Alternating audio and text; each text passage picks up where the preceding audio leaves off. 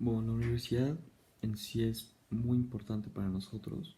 De las más antiguas empezamos con una que se llamaba Al-Qarawiyyin, un nombre peculiar que era la más antigua del mundo. Y de aquí en México podemos hablar de los liceos, del cual pues claramente se nota la importancia que es la universidad y cómo desde hace ya un buen tiempo se fundaron estas, ya que es una educación superior que se debe de tomar y que para mí es muy importante y les voy a explicar. ¿Por qué estudiar la universidad? El estudiar en la universidad es importantísimo ahorita en el siglo XXI porque ya muchos trabajos no te piden un diplomado a fuerza. O sea, y estudiar en la universidad te da cierta ventaja sobre los demás, ya que muchos empleos piden, por ejemplo, un currículum y el hecho de en tu currículum venir que no has estudiado en la universidad o no tienes ningún diplomado, como que te baja el porcentaje y puede que no ganes ese empleo.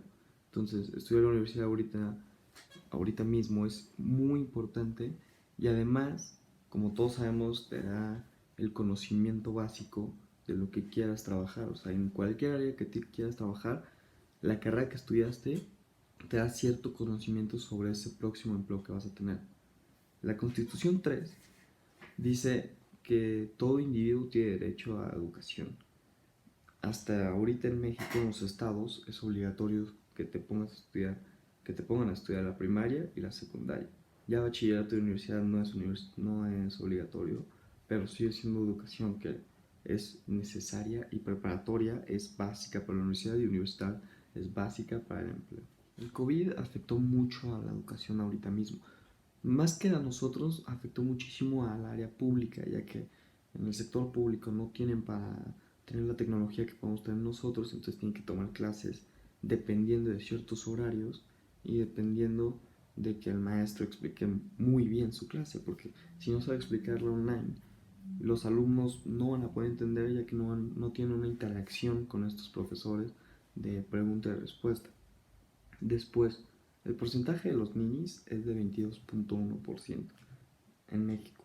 Esto es bastante grave para mí, ya que el hecho de que 22% de la población esté sin trabajo y sabiendo que ahorita nuestro presidente les está pagando nada más por hacer absolutamente nada y haber estudiado, entre comillas, la verdad siento que estamos en una situación muy grave en la cual si de por sí hay muchos ninis y los que no son ninis y son del sector público están estudiando online, la verdad, a mí no me parece. El porcentaje que estudia bachillerato y universidad aquí en México es bastante pobre.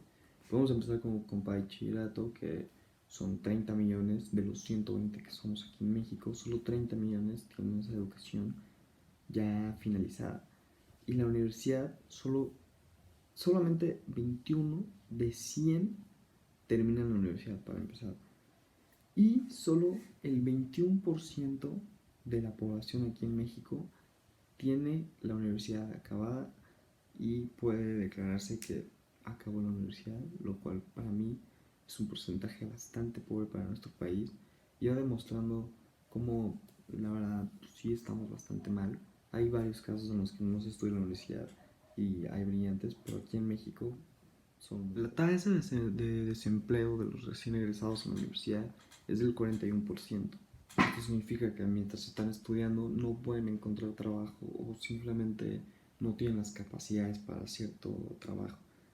Después, el sueldo de los pocos que llegan a tener trabajo es normalmente de 3,000 a 8,000 mensuales, lo cual para mí puede llegar a ser bueno, ya que es recién egresado, si tiene los suficientes recursos para mantenerse él solo.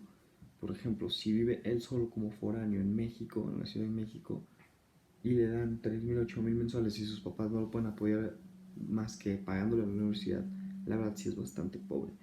Pero teniendo en cuenta que tiene el apoyo de sus papás y trabaja por su gusto para cierta experiencia, la verdad para mí no me parece nada malo y es de 3,000 a 8,000, pero cierto porcentaje que es el 41.6, digo el 46, entonces no siento que sea mal. Bueno, el salario mínimo en México es de 123.22 pesos, lo que da mensualmente una cantidad de 3.700, que es la verdad bastante pobre.